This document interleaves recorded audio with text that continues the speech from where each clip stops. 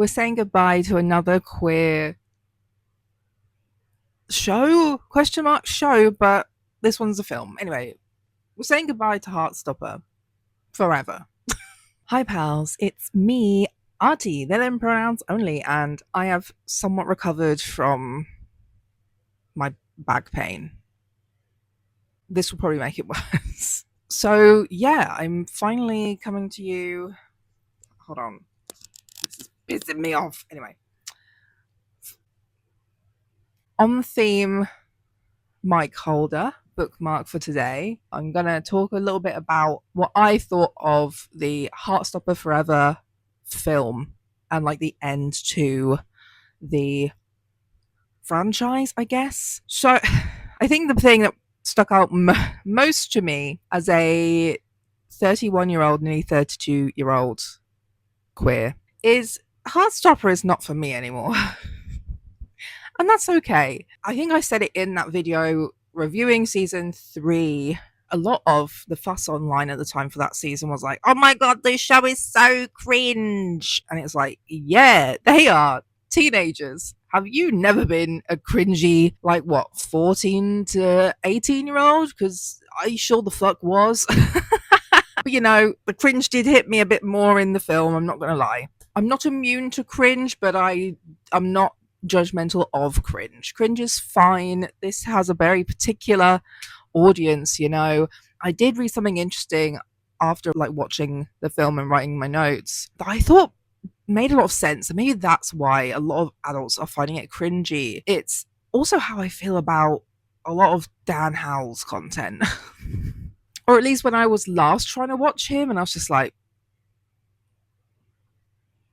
this feels like a time capsule of like 2015 internet humor. And apparently that's also the thing with Heartstopper. It kind of has a bit of an old Tumblr vibe about it that makes it a little bit uncanny valley for some of us older queers who were there. Who were there during this period of time. I think, you know, it's just one of those things that I have grown past this era of, you know, the internet, of Tumblr. You know, I don't find it like funny and relatable anymore. And obviously as well, particularly with Heartstopper, they are really young. You know, they are like 17 to 18. And I'm, like I said, 31, nearly 32. So that's like 12 or so, 13 years ago.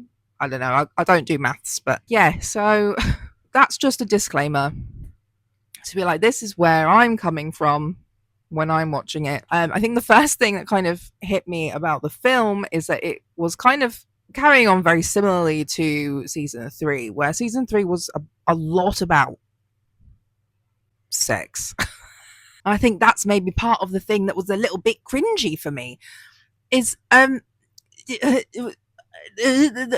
scenes went on a bit longer than they did in the TV show, and there were a lot of them in said film for a film about teenagers that's supposed to be really like wholesome and aesthetic, and you know, generally gives the vibe of a very like chaste piece of media. I think that's part of why I was cringing personally, is because, you know, the way it markets itself is very sexless. I'm not gonna lie, it's a very sexless young queer teenagers TV show, film, and like graphic novel series. And I just feel like some of the scenes felt like they were a little bit inspired by the hype of Heated Rivalry. Those are two very different medias, you know? And that's not me saying sex shouldn't be in media or sex shouldn't be in teenagers' media. Even though I'm asexual, or at least on that spectrum, I don't have this fight. I do think sex is fine in media, and I don't think it's actually as pornographic as we keep yapping about. It's like all the right wingers who are like, there's nothing but gay stuff being shoved in our face and down our throats. It's like, well, what the fuck are you engaging with online? Gay shit. Oh my god, do you know how an algorithm works? So I think some people who are really against any kind of sex being depicted in media kind of falling down the rabbit hole of anti-sex, sex negative politics.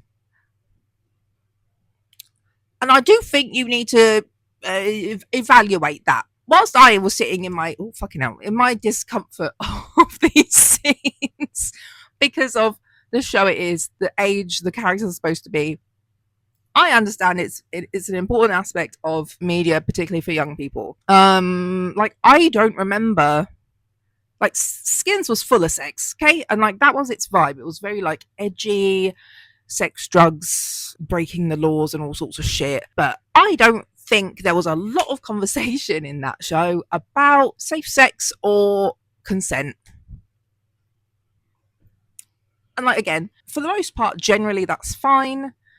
It was depicting a particular age range and time period very accurately, but that's something I do think is important in younger people's media, is to have examples of asking consent even when you have been with the person for however long. So that does come up a few times in Heartstopper Forever, is they still check in for like consent and stuff, and whether the other person is like up for or into it, you know. And also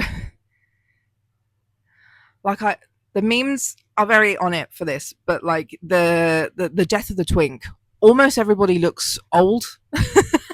They all look like adults now, and I can't look past it. Particularly Nick, but also Charlie looks, you know, older. And obviously it's because the show has taken so long to produce and to come out every season, and teenagers do grow fast, and they can't really cast teenagers who are accurate to age necessarily because of child labor laws and blah blah blah. So this was going to happen anyway. Like none of the cast are actually old. They just look visibly much more adult than they once did, of course. So yeah, that was just something that kept taking me out of watching the film as well. I mean, I do enjoy that we have a lot more of this, like leading up to uni and going away to uni and talking about these kinds of issues, especially if you're dating someone who's either not going to the same uni as you, or is in a different year, or might not be going to uni at all, you know, those sorts of things. Or like you're going to a different fucking country. Hello, Elle. Kind of starting off with Nick is struggling to write his personal statement. Charlie has become head boy. Tori's funny little boyfriend Michael is training for the fucking Winter Olympics. Like, okay, man.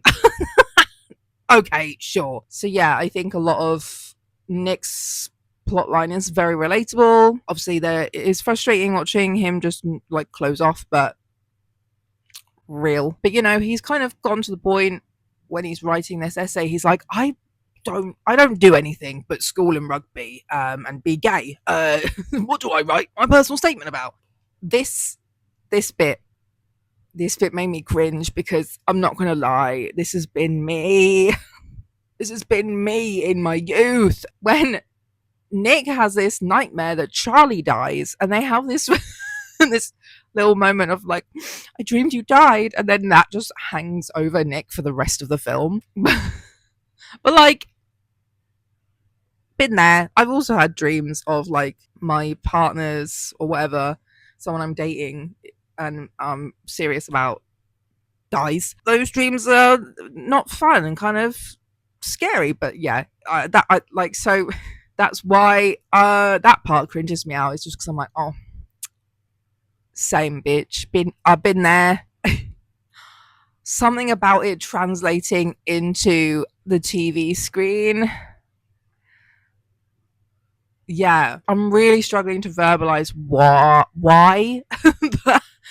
Besides it being something that I have also experienced, making it cringy. But yeah, it's something about the specific things that happen a lot to people in real life, and then finally seeing a version of that depicted on screen, you're just kind of like, you know, I don't, if I figure it out, I'll tell you. I think I have realized kind of what my issue is with the film as well after watching somebody else's video. Yeah, it was Popcorn Soups, who also did a video recently. They were a lot more technical with their critique and review than I have been in this video, so I did want to add in about that anyway, but I feel like this is probably maybe the best point to put it in. But one of the main points that Popcorn Soups makes is that a lot of I make it as well a little bit later, but a lot of the plot lines don't work for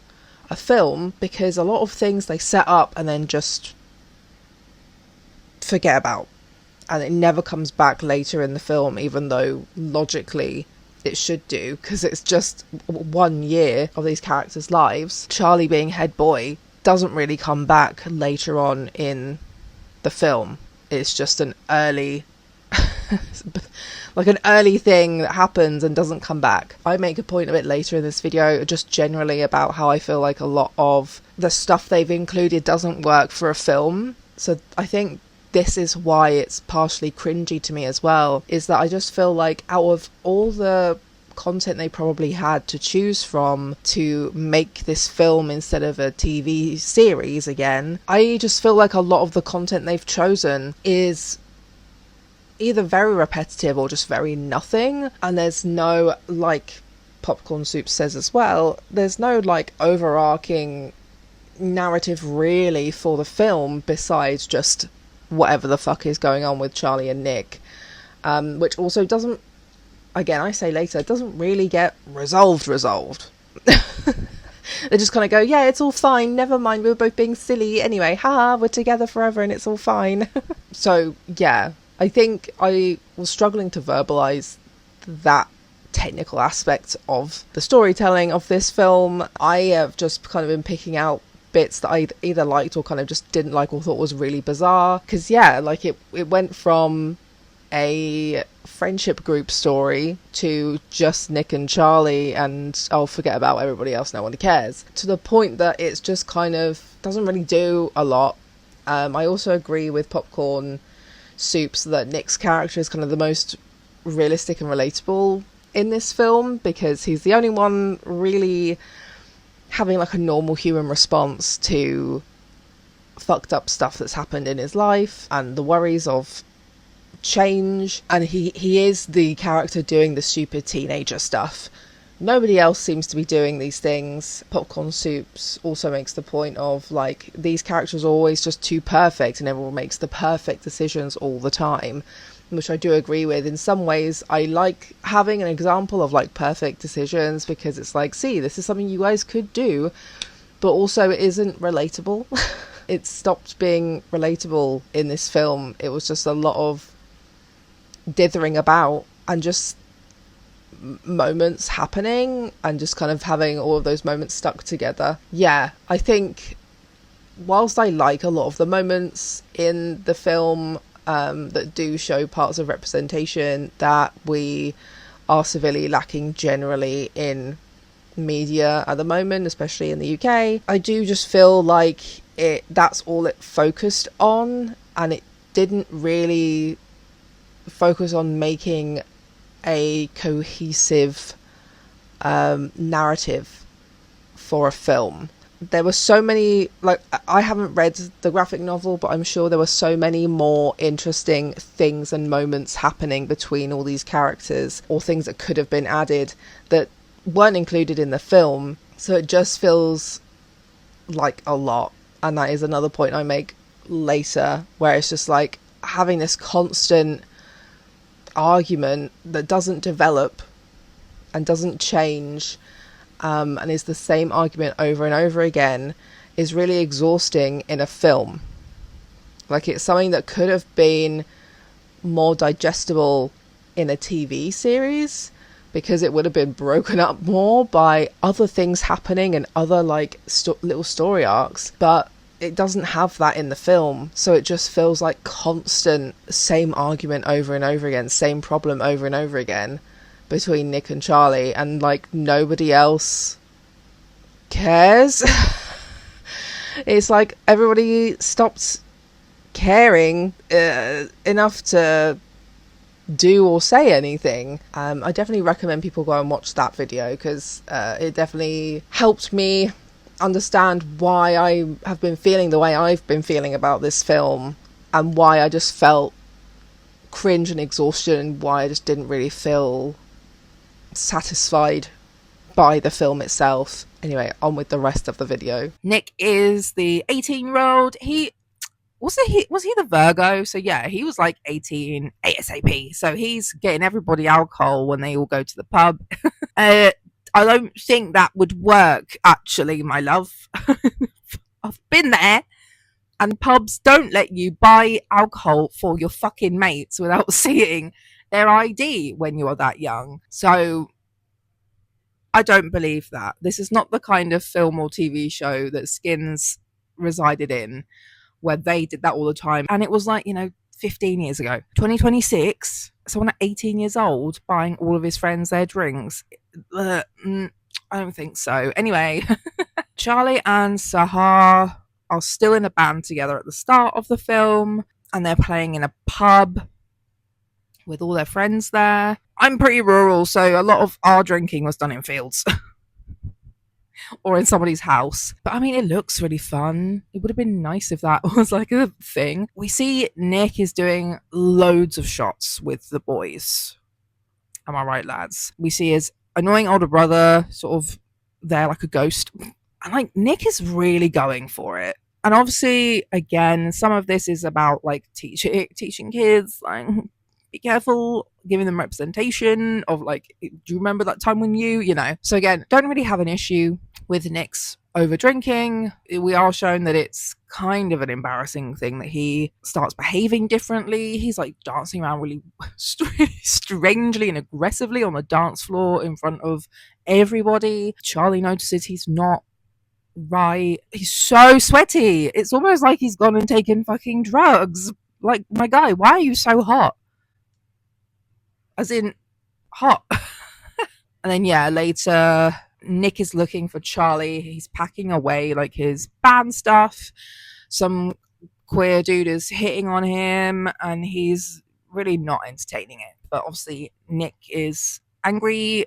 He's very drunk, jealous. His brother then shows up and takes them both back to Nick's house, where Nick starts violently throwing up in the bathroom, but is way too embarrassed for his boyfriend to bear witness to this. Relatable. We also see Tao and Elle fighting because Elle isn't coming back to the UK to visit much from Berlin, which, fair enough on both ends. Elle makes the point of, I don't have a lot of fucking money to just travel back home all the time. But that's also really sad because they were one of my favourite duos. I love them. I really love Tao. I really like his character a lot. Look at me liking the straight guy. Charlie is also having another like eating disorder relapse on and off through this film, and that makes Charlie and Nick fight a lot. Nick's kind of like keeping all of his worries in, but then also lashing out at people at bad times. So he ends up getting in a fight during a rugby match as well and ends up having to go to hospital. And Charlie turns up even though they were in a fight. Charlie invites him round for a surprise. Like, I'm not gonna fucking lie. This was also cringe because it's just like, yeah, come to my house for a surprise. It's a badly constructed fort in my bedroom. So I just found that relatively amusing. Oh, and also he gives Nick a film camera to like capture memories in this like last year before he goes off to uni, so he can, get them all developed and have them at uni. But he gives this to him early because it's meant to be a Christmas present. I don't fucking know what time of year this is supposed to be. Nick then also brings up the Charlie dying dream, tells him more about what he dreamed. He dreamed that he missed the signs of Charlie's eating disorder coming back, and that's the reason that Charlie then died, and he feels like he was responsible. It was his fault. And then I feel like there was more between this, but also maybe not, because my notes are just like, okay. But either way, they're having like this big emotional moment, and then and then Nick just goes, can we have sex? Like, again, I'm all for checking consent.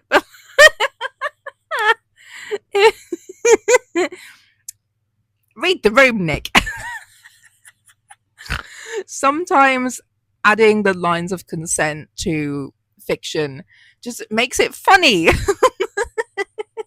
Yeah, so then they're like rolling around in this fucking fort. And I mean, to be fair, I feel like their representation of these two having sex is a little bit non-stereotypical, I guess, because in this scene towards the end, you see that it feels so weird talking about this because they are 17, 18-year-old characters, maybe even younger than that. Nick might be 16. No, Charlie might be 16. So it just feels really weird talking about the sex scenes, but it's quite a big aspect of the like the film and like the representation and their relationship. But either way, Nick is taking it. So my point was that, you know, being non-stereotypical, we kind of see that these two are exploring different things together. And I think in a lot of typical representation of queer men or boys having like sexual relationships often tends to be like quite a typical, like, oh, the small fragile femme gay one is obviously the one that takes it all the time, versus masculine mask straight passing broad rugby player guy doing stuff, you know. You know, Charlie is taking his head boy duties very seriously. He's having to fight the administration as usual because nobody gives a shit about the gay kids at school or bullying. Love to see that nothing has changed in 15 years in the UK. Thank you. But he sees few boys are picking on one particular kid and stops them. Charlie's then talking to the art teacher, whose name I can't fucking remember. Hello, art teacher. Ajayi. Okay, so no, fucking hell. I can't get these two straight, which is very ironic. Charlie is talking to the art teacher, Mr. Ajayi. Immediately forgotten what his name was. Who, again, I'm so invested in these teachers' relationships. We saw fuck all of our lesbian P/rugby teacher lady. So pissed. Where is she? We did see a little bit of Mr. Ajayi and Mr. Farouk. Again, not enough of them. Give me more of the gay teachers who are probably about my age. Or like, you know, 30 to 40 age range. I know this show is about the kids. Give me a spin-off of the teachers when all the kids are fucked off to uni. I don't know, mate. I care so much about these teachers. I think that's maybe the main reason I watched this was them. Also, would love a spin-off with Tori and Michael. More asexual representation. Thank you. Anyway, to the point, Mr. Ajayi, my gay icon, I love him, is trying to give Charlie some advice about what to do about the queer kids and stuff because he's been told by a different teacher he can't do a group or some shit. I don't know. And he's like, you know, as a teacher, you should totally respect what the other teacher said. However, as a fellow homosexual, us queers have never asked to exist. So he's basically just like, yeah, just go for it, bitch. You could use my art classroom. Again, icon. Love him. Give me more. We then see Nick is trying to find himself and pad out his personal statement, which, bitch, I swear to God, that should have been sent already. That should have been gone. So he's now volunteering with a dog shelter of some kind. The guy who is a manager, I guess, assumes he's straight. And there was this fucking adorable old golden retriever called Biscuit. Ah! Biscuit was the real star of this film. I loved Biscuit so much. Ugh! Hurt my feelings. And eventually Nick does correct the shelter manager on his partner not being a woman, but actually being a guy. And there's a bit of like a weird, awkward conversation about it initially, but then the guy kind of like brushes it off and is just like, oh, what's your boyfriend like then? And the conversation does end with a bit of a weird statement that I don't know, they could have just cut that out. Just give us a bit of like a representation of some weird, awkward times with straight adults, you know, who don't really know how to handle, because he's like, oh, I'm not part of the woke generation or something. But then he's like very chill about it. And I think we need more representation like that, because it's like, yeah, a lot of people, especially adults, cishet adults particularly, can be a bit like, oh, the woke or the gays everywhere, but then actually are very chill about gay people and stuff like that. And it would be nice to see more of these kinds of conversations in media of like, actually maybe if you do say something, it won't be that bad, and maybe they will learn something new. Because Nick's like, oh well, I'm bi, so I'm not gay, but this is that I have a boyfriend at this moment in time. Nick is then late to his anniversary picnic with Charlie, and Charlie's just been sat outside in the cold, whatever fucking time of year it is, I don't know, for upwards of an hour. Didn't eat anything either. And they're both just. My note here literally just says, and they're both really annoying about it. Yeah, a lot of my frustration is like they kind of just have the same conversation and argument over and over again, and for a really long time neither of them really stands their ground with their like point of concern with or for each other. They just kind of go, oh, sorry, it's fine, no, don't worry about it, it's fine, no, I'm okay, like about it for ages. And it's a little bit exhausting. In a film it's a little bit easier when it's broken up into episodes to take, to be honest, but in the film narrative it was harder to stand for me personally. Charlie is doing his Pride Club, so it's for like queer students and allies. Then we see Mr. Farouk comes in and everyone's like, but then he's like, don't worry about it, I'm part of the team. See, this, I love them. But yeah, so then they all finally know that those two teachers are together, and then eventually a bunch of actual like students show up who they don't know. It starts off with just all of their friends.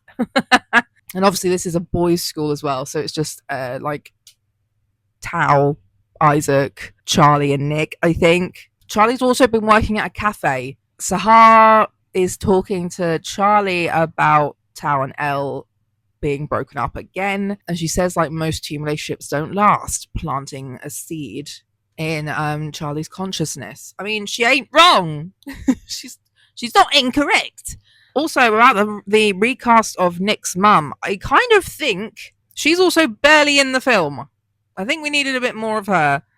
Like her one like good scene talking about Nick's shitty dad was great. Is it Anna Maxwell Martin? Yes. So I actually kind of think she was a better casting looks wise for Nick's mum, especially when you're looking at Kit Connor.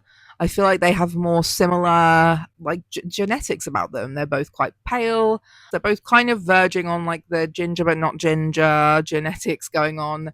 They both have lighter hair. I liked the previous lady whose name I've forgotten as well. I don't know, man. Like I did like her, and I think she's a really great actress.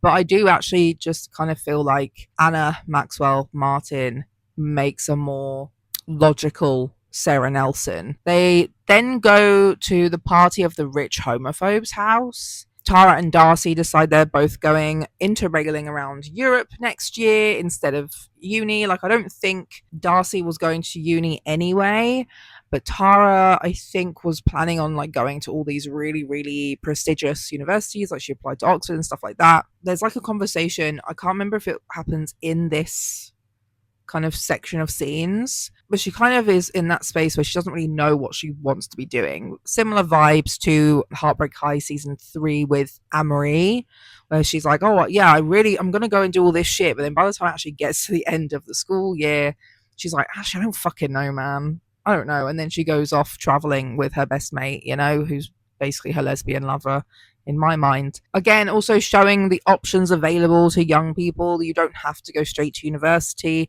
You can take time off. You can go do some traveling. You can work for a bit.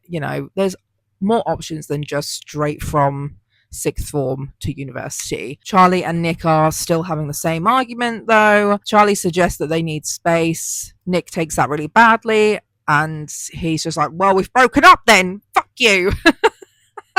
I got a bit confused with some of the narrative mechanics from here. I thought maybe this next while was like Nick imagining what might happen, and that he was going to get out the car and say, "I'm sorry, Charlie," but no, it was just like we saw Charlie's side after this, and then we go back to that point and then see Nick's side of what happens like whilst they're broken up. I don't know if there would have been an easier or better way to show that, but it wasn't very, I don't know, I don't think it was that clear to me. Charlie has a relapse of his eating disorder, and his family are trying to get him to eat. So they get him in some more like intensive video call therapy with his eating disorder slash OCD therapist. Then Tao, Elle, and Isaac will turn up to Charlie's house to help him. And Tao and Elle specifically have even like agreed to a truce because they are currently broken up. So I love that as well. It's like, even though we are having problems, we are the original and close bestie friend group of Charlie, and we need to go and help him. So yeah, I loved that. And then there's plans to, I don't know if it's just a pride march, or if it's specifically like a trans pride march, but Elle does say to Charlie the next morning after the sleepover that she needs him to show up to this march as a non-trans person. I really liked this bit being added in there because yeah, it is very poignant to right now. It was something that kind of came up in season 3. I had some issues with how it was being sort of depicted in season 3, that of course she has to be like the advocate for all trans people as a trans femme woman of color, specifically black woman who's also a child. Yeah, like it's quite typical for all the responsibility to be put on particular demographics in the queer community. But I also just really loved how this kind of section was phrased, where it was just like, I know you're hurting and going through something that sucks right now, Charlie, but you gotta fucking get over it. Pull yourself together to show solidarity to me and other trans people, but also like specifically me as your friend. I need you to show up for me. I need you to show up for my community, even if you are miserable. I don't give a shit, man. And like, yeah, I really like this because it is kind of pointing out the privileges that Charlie has as a cisgender, white, thin, able-bodied, gay boy, boy who's going to be a gay man, to be more considerate of the more marginalized people in your queer community. And like, sometimes you've got to show up even when it's a bad time for you or inconvenient for you specifically. It was quite a sad little speech too, because it's like, I'm scared.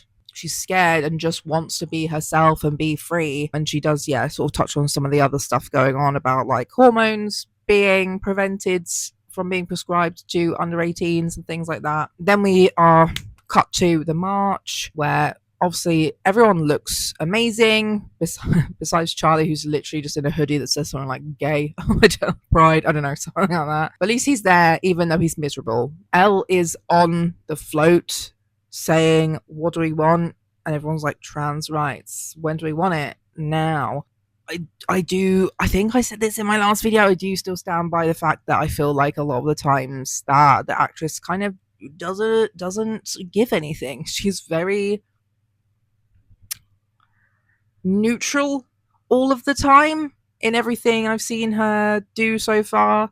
Because like, whilst I don't watch Doctor Who, I have seen a couple of episodes and some of her stuff in there. Yeah, I just sometimes find her acting in certain aspects just a little bit, I don't know, maybe a bit safe, a little bit, like I said, neutral mostly. There are some parts where I think it's really great. She has this really quiet emotional response. I feel like the moments between her and Tao are really good in that way. But for her to be on the float leading the chant, I don't know. I feel like we could have had somebody else doing that, really. Again, she's a teenager who should not have to have that kind of responsibility, even as a fictional character. Then they all go to a gay club. Don't know how everybody got in. None of yous are 18 years old. Charlie sees Nick at the club with a girl talking to him, and then he runs off and cries at home and is looking at his self-harm free tracker thing. And then we get the rewind back to when he and Nick had the argument, and Nick gets in the car to drive off, and we see Nick's side of what happened in those, I don't even know how long this is supposed to have been. He's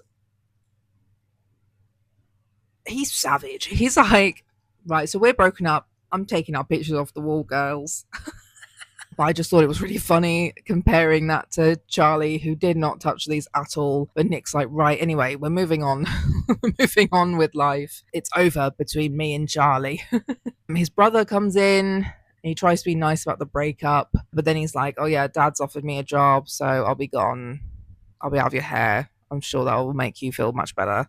Then we have Tara inviting Nick out to Pride and the march and like the clubs. Imogen tells Nick at the bar that she's a lesbian and that they hadn't really had a chance to talk about that or for her to update him about that because they've just kind of drifted apart after, Nick and Charlie kind of getting together and then having all these fights with each other. Like the only things they really did a lot of the time was hang out together for a lot of, I guess, between season 3 and the film, which, yeah, go off, girly. I think it's a fair thing to say, like, yeah, you disappeared, so we've kind of like drifted apart. So you haven't found out about a bunch of like big life things that are happening in my life. And yeah, Nick's like, oh yeah, sorry, you're right.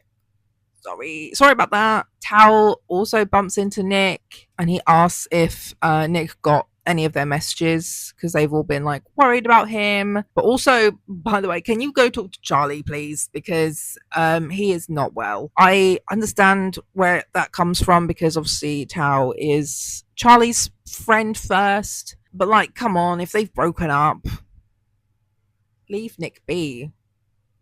Just leave Nick be. You don't need to add any guilt to his plate. But again, they're teenagers, so it's not surprising. This is the moment where Imogen introduces Nick to the girl that Charlie saw him with, and she's basically offering Nick a rebound with any of her friends, guy or girl, or even her, if he wants. And he's like, I am fine, thank you. I know that Kit Connor was like, if I was in charge, I would have Nick and Charlie cheat on each other. I think that's a little bit far because he's like, oh yeah, because that's the thing that teenagers do. No, they don't. Some, sure. I didn't, thank you. But like, I do think maybe a little bit of rebounding would have made sense. I wouldn't have been against either of them, but I feel like it would have made more sense with Nick's plotline in the film to maybe have some rebounds in that period of time. At Charlie's cafe job, there's this cute old white gay man couple who have come in. He offers them a free slice of cake, but they don't want it because one's got diabetes and the other one is, eats the same things in solidarity. Very lovely. They're a very sweet little old couple. So Charlie then actually eats the cake whilst listening to the old couple, and this might be the first time we see Charlie eat any food in God knows how long. And I don't know what happened here, but Charlie finds the camera that he gave to Nick in his own room. I don't know how that happened, but either way, he goes and gets the photos developed. Nick is alone in the garden at the rescue place with Biscuit, and they play together. And it's all very sweet because he's like, oh, I noticed all these things that weren't right for this particular dog, so I'm doing things differently at the shelter for this one dog. And then the dog gets adopted. And it's lovely but sad because he's an old boy, and also like I kind of just wanted Nick to get his mum to adopt this dog even though he's going off to uni and they've got 2 dogs already. But I don't know, either way, happy ending for that dog, Biscuit. Nick then gets home, tells his mum about the dog, and then they talk about the brother moving out and it being a mistake to go and work for the dad who's a piece of shit. Nick talks about how the dad did like a number on it, all of them in their family. I don't remember if it was before this point, it might have been. There were like quite a few flashbacks of Nick's experiences with his dad when he was younger and how that kind of makes him act and behave differently and in unhealthy ways, i.e. not talking about his feelings or his worries. Nick's mum is pleased at least Nick can see and identify these things in himself, as she has found that like people often grow to never even vaguely know anything about themselves or how they work. So she's pleased to at least raise one son who has the ability to self-reflect. We then see Charlie with Tori as they are watching Tori's boyfriend practicing skating. It's really funny because she's like, he just goes round and round in circles over and over and over again. It's very boring. And Charlie's like, well, you're still here though. You still come. And she's like, yes, I do. And Charlie calls them a straight couple. And she's like, sorry. What did you fucking say? And she's like, Michael does not stop going on about his crush on Pedro Pascal. And I'm asexual.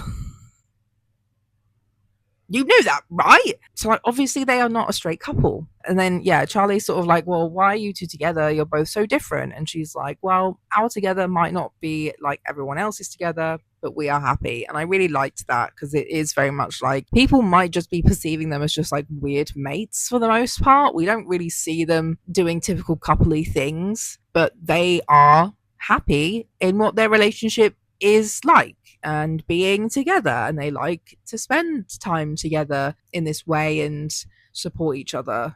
I like that little bit of less mainstream queer representation and queer relationships representation. The only thing that really matters is, are you happy in your relationship? Like I said, I would love to see these two. I want to see these two in their own little show. I know, like, obviously Solitaire was about Tori. Did not really care for that book, not gonna lie. But I do really like how Tori is in the show and film. And I love her and Michael. Like, they feel different from that first novel versus what they've kind of become. And I prefer what they have become. Charlie drops off the photos to Nick's house. Nick is looking through them. Most of them are just like one of them or both of them together, and then that's basically it. There's not much else that's been photographed in however many months he had that camera before somehow losing it at Charlie's house at some point. And Charlie has left a note inside the photo pack to meet him at the beach at 5 p.m. and he's like, oh fuck, gotta get there quick. So they meet up, make up. Didn't find anything particularly noticeable about their making up, I'm not gonna lie. They didn't massively address anything that I cared to note down, apparently. I think they did kind of talk about, my dad. But we knew they'd get back together, really, didn't we? Then they have prom. For some reason, everybody is in black. Are we in death at a funeral? I'm confused. Don't know why they are all in black. That's not really how prom works. I kind of was hoping for everyone to be in their very like themselves prom fits, but everyone's just in generic tuxedos and then a fucking black dresses. Bit disappointed, I'm not going to lie. Tao asks Elle to dance just one more time, and he is caught by Nick staring at her lovingly. There's not a lot of like plot here in this scene, which is fine, but I don't know, would have liked a little bit of like hinting of this and that. But we then see our two gay teachers dancing together like in a fun way in the middle of like a group of the students, and they're very cute. Also, promise for you, like year 11, do people in sixth form have prom? I went to college. We didn't do prom. Some of this is confusing me, and I am from England. I know I talk about being confused about some of these school related things or like cultural related stuff for other programs in other parts of the world, particularly America, but even here I'm confused. Even here I'm still confused about what's going on in media that's literally about and made in England. So then we move on to Tao and Nick talking about things, how they will change, but like, they'll always have each other. Nick and Charlie race to I'm confused. Is their prom somewhere else? But either way, they rush to like this posh place where they had their first kiss in season 1. Does anyone remember what that place was? I thought that was a rich kid's house. Is this a hotel? I don't know. Fill me in. I can't fucking remember, and I'm not rewatching season 1 just to figure it out. Either way, it's where they had their first kiss, and they're reminiscing. Also, I made a note where I'm like, somebody help Kit Connor out, because I think he needs to be checked for rosacea, Because you remember all of my videos where I always have red cheeks? All of that was sorted out with just a face cream I put on at least once a day, sometimes twice. Like, I'm so warm right now, and I would have been bright pink in the face without this face cream. But that face cream has done miracles for me. It doesn't work for everybody, but I feel like Kit Connor's got the money. He could probably see a dermatologist and he won't always be so pink in the face. I don't know. And then they give us an epilogue. I don't know why they felt the need to literally call it an epilogue. Just continue it. I don't know. I realised as well during this epilogue, I feel like we just didn't see much of anybody besides Nick and Charlie in this film. I know that Heartstopper is like mainly about Nick and Charlie, particularly the graphic novels, but the TV show became about everybody. So it was a little bit sad that a lot of that was sort of stripped back for the film and was back to being focused on those two. So yeah, we kind of just get a little follow up of most of the people in their friend group. But the only one I care about is Tao. But yeah, we see Sahar is like off doing music by herself and was already doing concerts. Sorry, I just don't believe it. And then obviously we see Tara and Darcy starting to go off on their like little interrailing trip. Tao flies out to go and surprise Elle. She has some art on display for like her course, I guess, and the art piece is Tao. I love them. He surprised her by showing up, and then they're like cute and hugging and shit. I don't know if they're back together, but either way, they're at least on good terms. But I think they are still in love. They still love each other. And then we see Nick and Charlie. Charlie goes to visit Nick at his university in Leeds. I think there was a moment in this, I can't remember when exactly, I didn't note it down, but I think Nick sort of was like, hey, maybe I do want to do something with animals or like dogs specifically. When that dog Biscuit got adopted, his mum's like, yeah, well, you've always been the dog whisperer. Autistic bitch. Dog whispering autistic bitch. So I don't know if that ends up being a thing for him at university. Is he doing some animal courses? No idea. Charlie's visiting him at uni and he's like introducing Charlie to his new friends. And then they go back to his dorm room with a comically large single bed. That made me laugh because I was like, bitch, we wish our single beds were that big at university. Shut the fuck up. That's a humongous bed. They don't do double beds in the dorms, girls. Charlie finds Nick's little scrapbook of them over the years together and shit. Cute. And that's all my notes, and I'm getting a headache. I feel like season 3 had such little of an impression on me in the end. I barely remember anything about season 3. I might have just mostly just been talking about the things I found funny, or just a little bit like, what the fuck? Who put this in? Who thought this made any sense? But yeah, like I said, I know this is not for me anymore. The cringe kind of wore off about halfway through. It wasn't as cringy after a while. Besides like the sex that's been kind of added in season 3 and in this film, it is generally quite a sanitized queer TV show, and like I have nothing against that. I think that still deserves a place in media to exist, but I do have a problem with the fact that it's kind of a lot of the time the only thing that is allowed to exist, unless you are an indie maker. A lot of films that address things that are a little bit more niche or a little bit more, or a little bit deeper and more nuanced, just it doesn't get funded for mainstream TV and film. And I've been complaining about this for fucking ages. So yeah, whilst I have no problem with this kind of media existing and being something that people enjoy watching and consuming, it is just a bit of a shame that it feels like that's the only thing that there's space for when it comes to queer and trans media, because, well, mainstream media just doesn't fucking like anything queer. I Kissed a Girl and I Kissed a Boy being cancelled.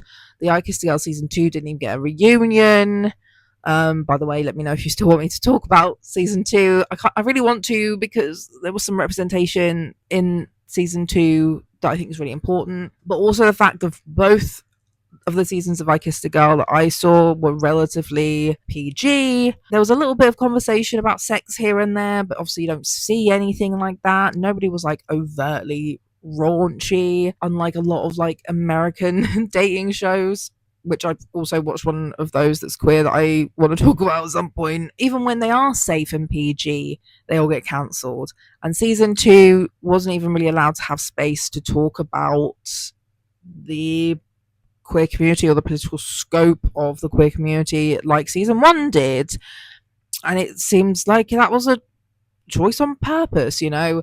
So, you know, obviously this is for kids. I think there should be a lot of like kids safe versions of queer TV, age appropriate queer TV and film for like kids in general, not just queer kids. When are we going to move past that and be allowed to create more complex experiences of queer and trans folk of a variety of ages? Obviously, some of that stuff does exist, but a lot of it doesn't get to exist in its full capacity, doesn't get shown or picked up by streaming platforms or promoted by streaming platforms, doesn't get funded, gets cancelled after one or two seasons. Yeah, like it's all just a little bit, just a bit shit, innit? Just a bit shit, bit shit. Those are generally my thoughts about the Heartstopper Forever film. Please don't be too angry at me for some of my negative comments. Like, if you enjoy it, I really have no judgment about that. Live your best life. It's just a kids queer film, you know. I just talk about media on my channel. I felt like it made sense to talk about the last installment of Heartstopper as a TV film series, I guess. So yeah, let me know your thoughts about the film. Did you really enjoy it? Were there some aspects of it that you weren't super keen on? Is anything that I've said made you think, oh yeah, actually I feel the same way, or I don't really agree? And let me know if there's any other particular queer media that you think I should check out and maybe talk about in a video sometime. That's my video for this week, and I will see you next week. Bye. Forever.